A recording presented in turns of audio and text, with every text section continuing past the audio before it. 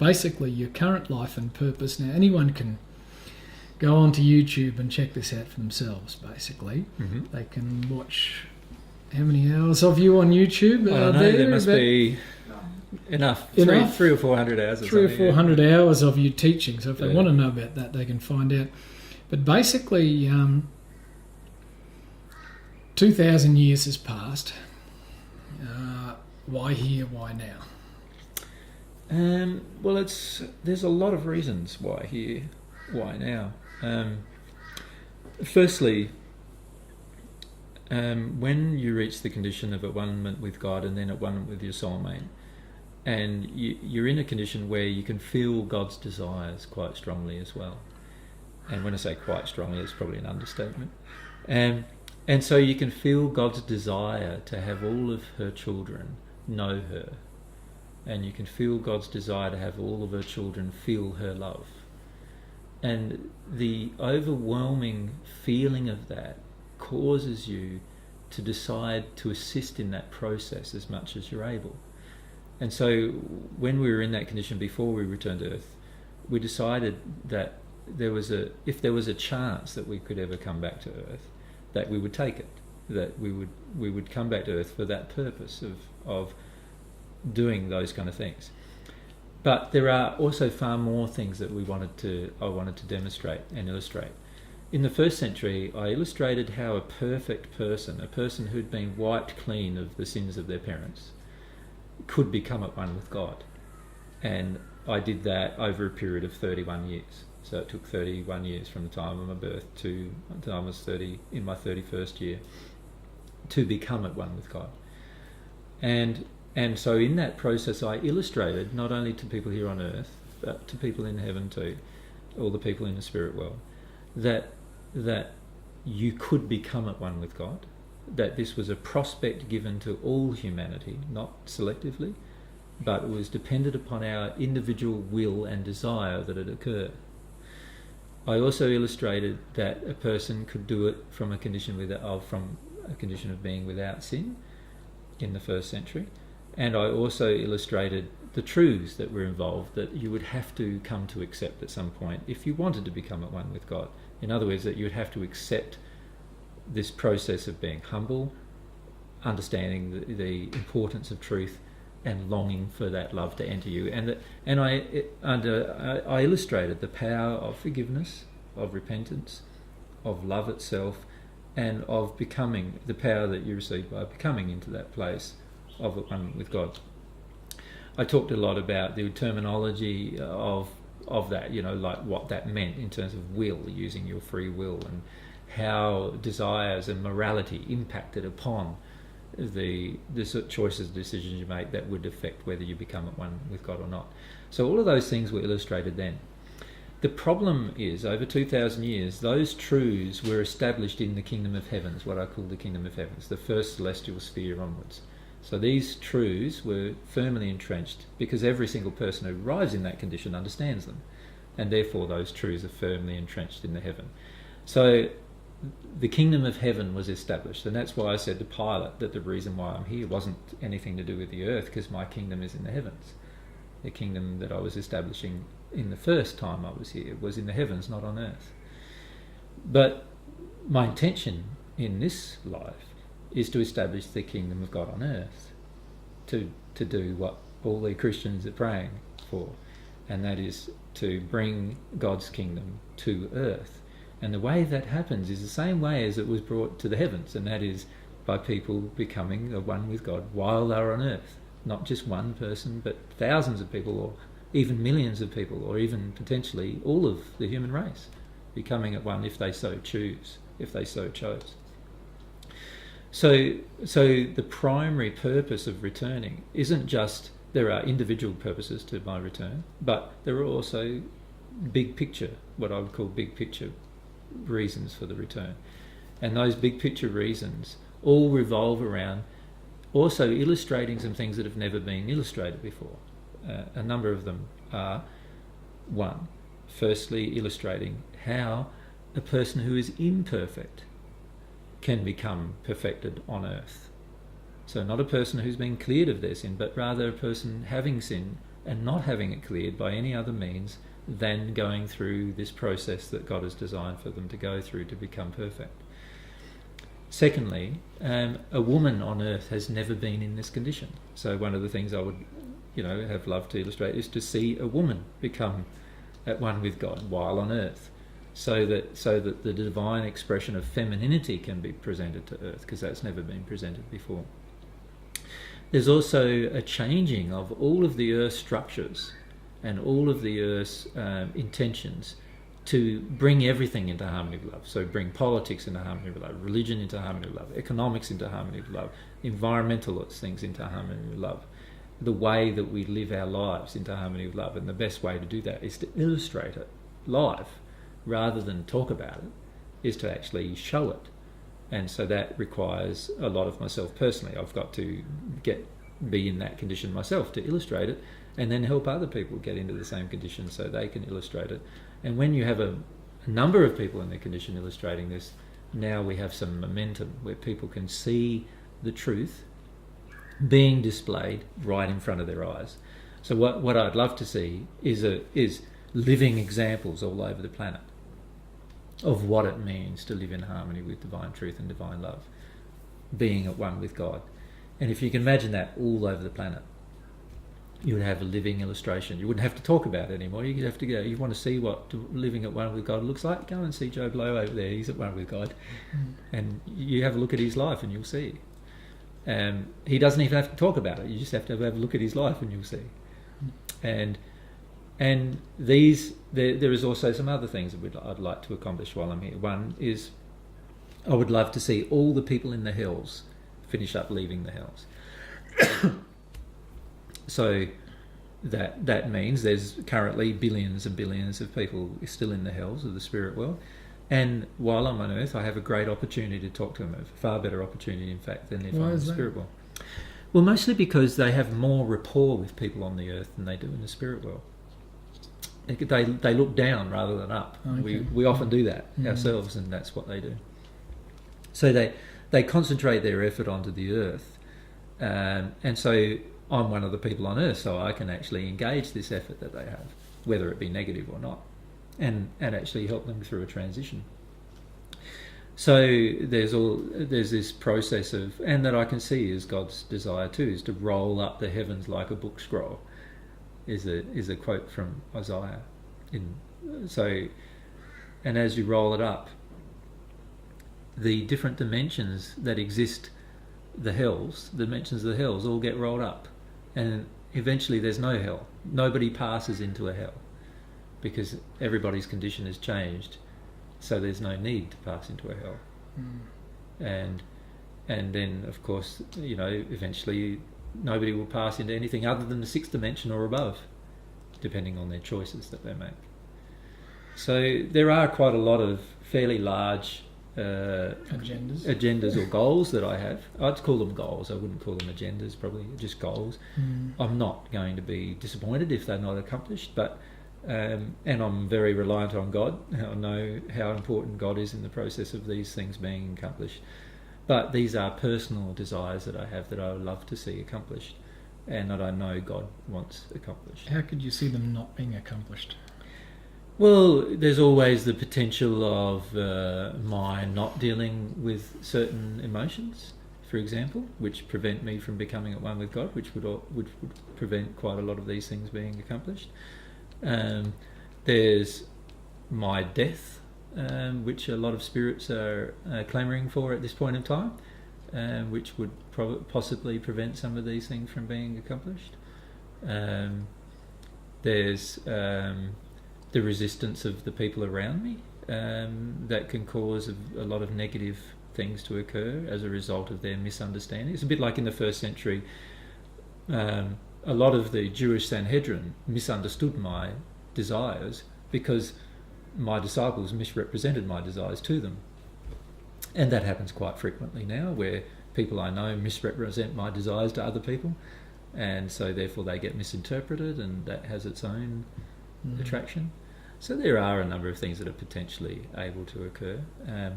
I don't feel strongly they will, but it depends a lot on my staying humble, my staying loving of truth, the basic principles that I'm teaching everyone that I've got to live. How much work do you think you've still got to go on yourself? On myself? Well, it's really not work on myself. It's allowing God to work on me. So I sort of see it not as having to work on myself, but rather allowing God to work on me. God's love will transform me. I've just got to allow the transformation. So there's 5 or 6 primary probably emotions that I've got to address, that I can see that I've really got to address soon for things to change soon. For things to change soon, I've got to address them soon. And as I make those changes, it'll be easy to see that they've been made once they've been made. For me, firstly, but also for anyone around me, because it was going to be easier for them to make the same transition after I've made it. So I've just got to continue working through my own issues of lack of humility. Because if I was completely humble, I'd already have made the transition. So I've got to work through what I'm resisting, what resistance I have to truth in certain areas. And there's some of the areas I have resistance to truth in are issues about my own identity. Still got resistance to truth there. I've still got some fear about... What do you mean still resistance about your own identity? Well, I've got fear about fully accepting myself, because if I fully accept myself, that'll attract worldwide events, and at this stage I feel like I don't want to attract them. There's a fear in me that I don't want to attract them. How would that attract worldwide events? Well, if I became at one with God tomorrow, then I could heal again. Now, very rapidly after that, it will be well known that I can. And then there'll be more media and more other attention and more scrutiny and so forth and so forth.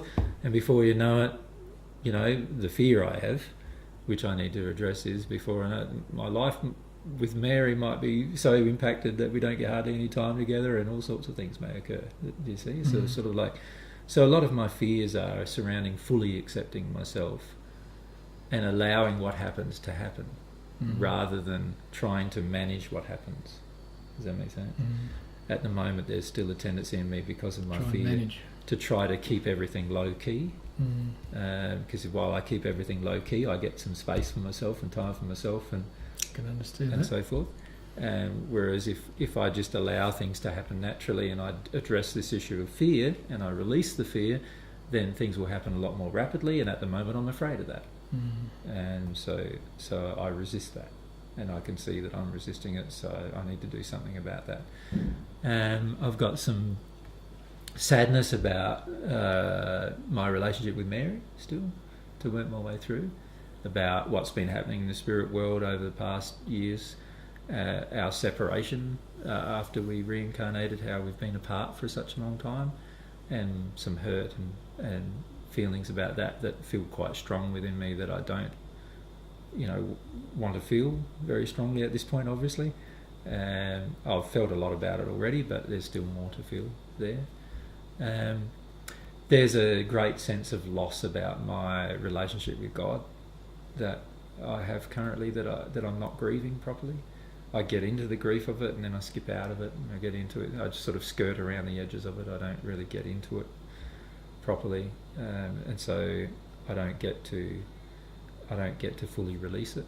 So you feel that you have grief around a feeling of a lack of connection that you've once experienced. Yeah, I have a memory of the connection, an emotional memory and an intellectual memory of the connection, but I don't have that same connection now. It's like if you imagine right now, imagine that you, for the first 2,000 years of your life, imagine you've been alive for 2,000 years, and for the first 2,000 years of life, you can never remember a time when you were without God.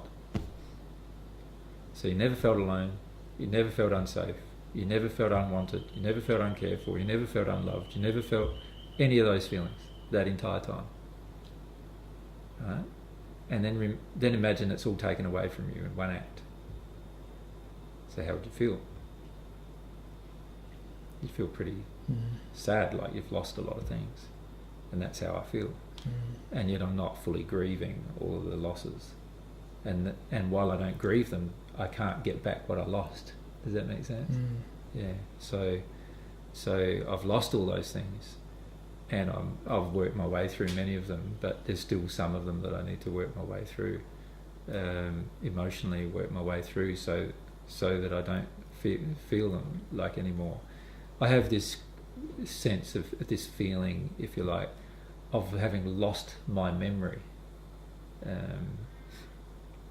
Like I know that in the future I'll be able to write down a formula for levitation that scientists will be able to replicate and produce machines from, for example.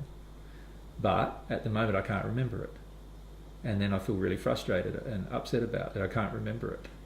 Does that make sense? Because you used to know it. I used to know it, but I can't remember it now. I used to know every language on the earth. So anytime somebody who has a different language talks to me, I feel really frustrated. Because I know I used to remember that language, now I don't. So I don't understand. I can feel the emotion is this emotion of loss that I need to work my way through. And once I remember it and feel that feeling, then I'll remember the languages. But I've got to go through the emotion to remember it. Things like that. There's also things about my own power and nature that I had then that I don't have now. So I used to be able to, in the spirit world, and with my potential on earth in the first century too, I used to be able to create things out of nothing almost, it seemed like. So in the spirit world, my home in the spirit world, the home just before we left the spirit world that myself and Mary had, was around 25 cubic kilometres. That was our house. Your house? Yeah. In terms You've of size. downsized. So we've downsized a bit, right? And all of the beauty of those surroundings we've lost. That's what it feels like. The biggest things that I feel I've lost are my constant friendships with my spirit friends that I used to enjoy immensely. And the biggest thing that I feel I've lost is this feeling that I've lost this connection with God because it's not permanent again. And so there's an immense amount of grief associated with that. That's my biggest grief. And so I get into that emotion for an hour maybe, in the course of the day, but it's not long enough. I'm not really in it properly. So I need to go through those emotions still. And I feel once I get through those, then I'll be much closer. But you're not setting yourself any time limits on this, or any? No, because there's no need to for a start. God, we're not in a competition with anybody or anything. God doesn't. Hey, you're not in a race. No, not in a race. No, God doesn't have all these expectations of me that I do certain things in a certain time frame that God wants me to do, and so forth. And it's only people's expectations of me. So at the moment, people expect me to be perfect when I'm not. And even if I tell them I'm not, they still expect me to be perfect. And even if I tell them why I'm not, they still expect me to be perfect. And so, I've had to grieve the expectations, let go of the expectations that others have. So whenever I say, oh, I'm Jesus, there's this automatic picture that a person has in their own mind, often generated by the Bible or other things, which they then expect me to be. And so I have to work my way through some of that emotionally as well still, like why they, how it hurts that they expect me to be something that I don't expect them to be, and things like that. But once I get through those particular things, which I don't know how long it will take, like in the first century, from the time that I became self-aware that I was the Messiah to the time that I became the Messiah was a period of 13 years or so. And that was from a condition of having no sin, from a condition of having no terrible feelings about myself or anything like that. So potentially it could take longer in this life than 13 years. And I've been... I feel I started my journey probably about 15 years ago, but my realisation of who I was about, or who I am, happened about 7 or 8 years ago. So, you know, if it takes 13 years, then it's going to be another 5 years. You know, it'll be possibly a comparable time to what it took me in the first century. Yeah. And So- I don't feel any personal misgivings about that. I know other people do, but I don't. Other people want me to hurry up and prove one way or the other whether what I'm saying is true or not. Yeah. Well, I can understand that because they want evidence. Everyone wants evidence. and Yeah, proof, but you know. see, this is the problem with the Divine Love path, is if you actually embrace the path, you will automatically have the evidence you need anyway. And waiting for another person to provide evidence is actually not the fastest way to get to God. The fastest way to get to God is wait for God to provide the evidence. I guess it's their own doubt. Yes. You know, is this captain of the ship mad or what? You know? Exactly. Exactly.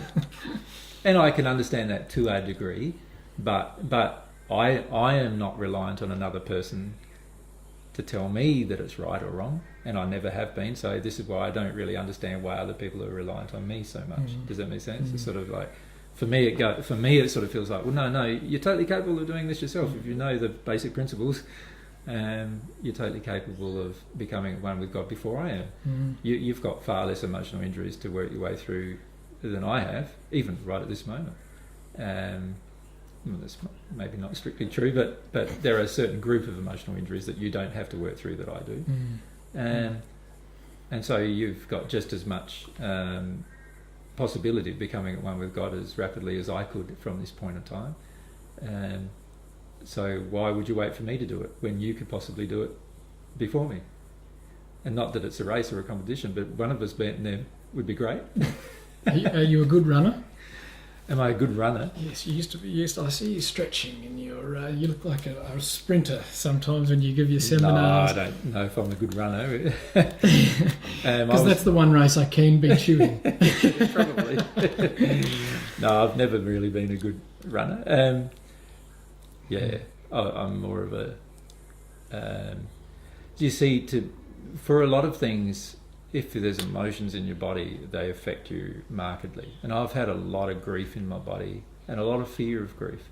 And so that caused me to have very small respiratory capacity. So when I ran long distances, I really struggled. Now I don't, but I used to. And the development of the lower half of my body is undeveloped because of the emotions that I'm storing in the fear in particular that I've stored in the lower half of my body, which will repair itself once I'm at one with God. But some of those fears are still present, which affect my development in the lower half of my body. So after I've dealt with those things, I expect I will grow 2 or 3 inches probably, and and be capable of running better than I currently am. And you beat me at a race as well. But I don't have any feeling of it's all got to happen yesterday. I don't sort of feel like I have a lot of patience with the process and trust in the process, I suppose. Whereas I feel a lot of people on the planet are used to getting everything yesterday. You know, like I think of something and all I've got to do is go out and get it on the credit card, that kind of thing. And if soul development is like that, it wouldn't be very sincere, but if soul development is like that, I'm sure quite a number of people would have already embraced it. But soul development's not like that. You know, becoming one with God is not like that. That's why nobody on this planet has actually embraced it to the completion, aside from myself in the first century. And the reason why is because a lot of times people expect things to happen a lot faster than they have patience for.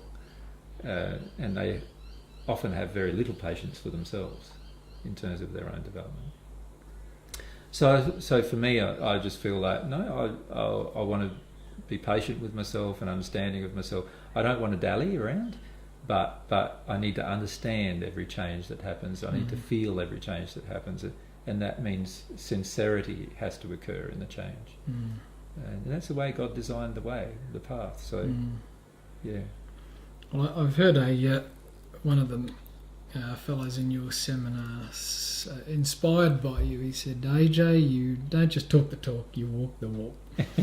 Yes. So I guess that's what you would describe the way, the life, the truth, and the life. Yeah, and that's why I said to the people in the first century, I am the way and the truth and the life.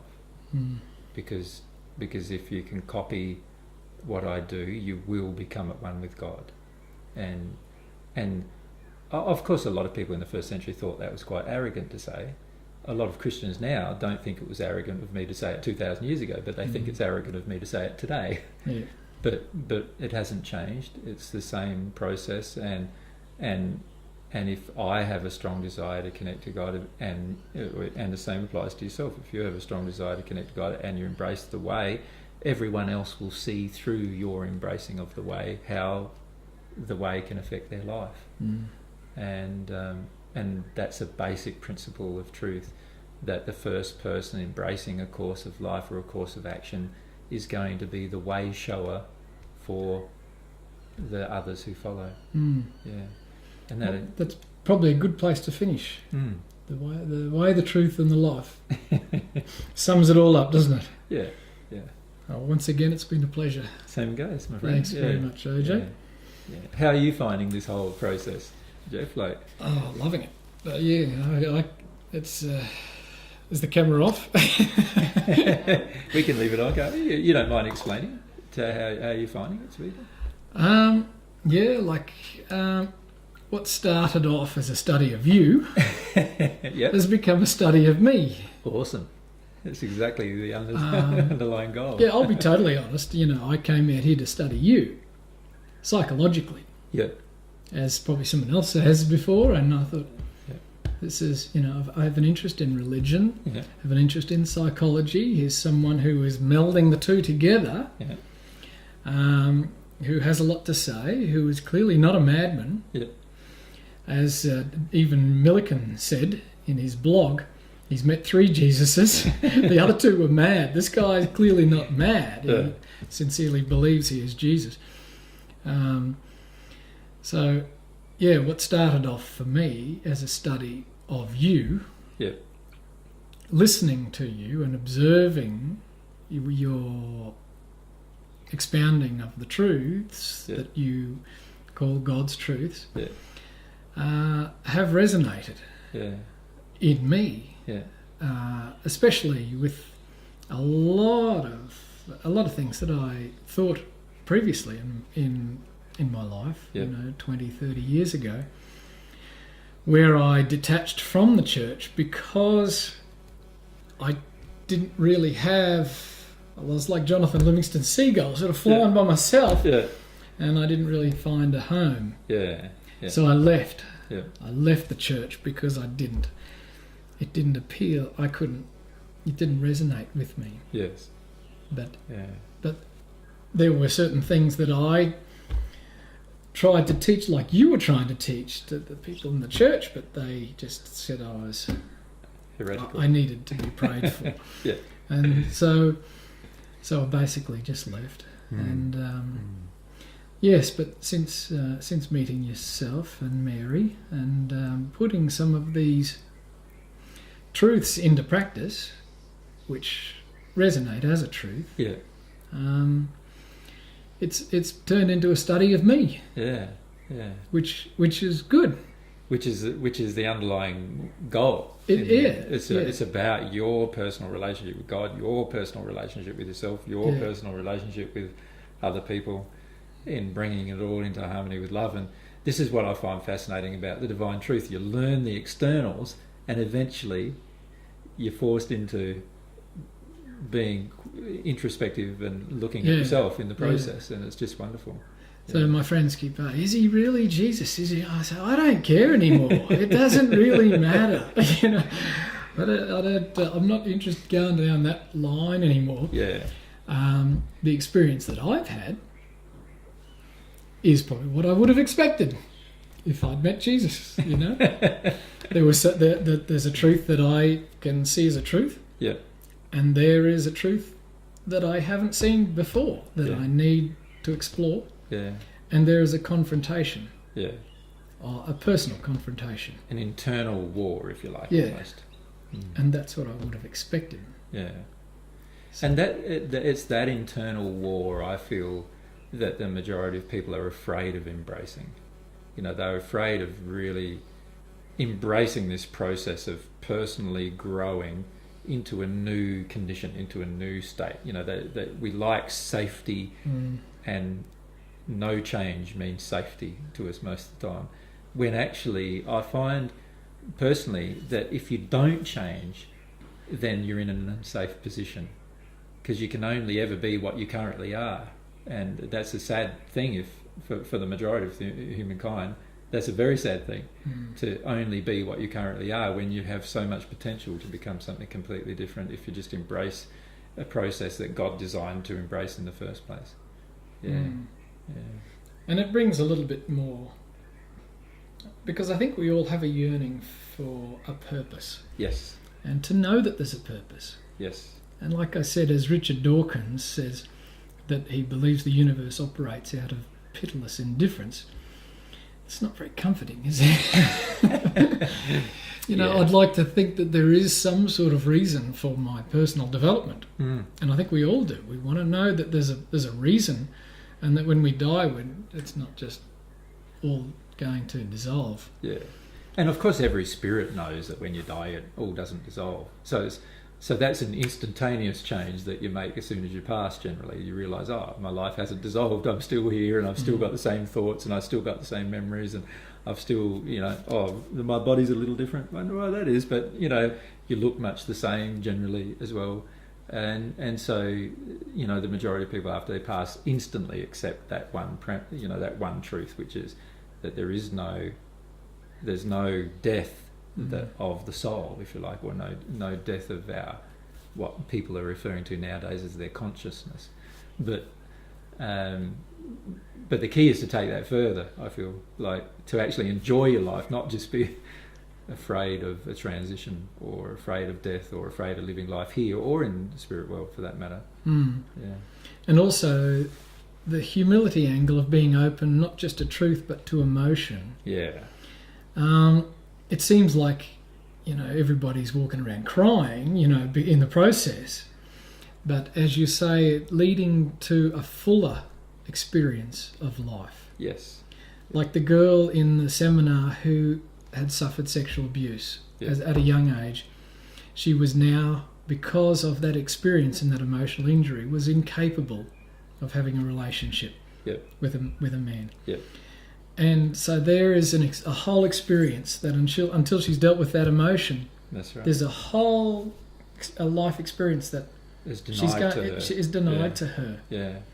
And I can see how you say that, okay, it's the same with our relationship with God.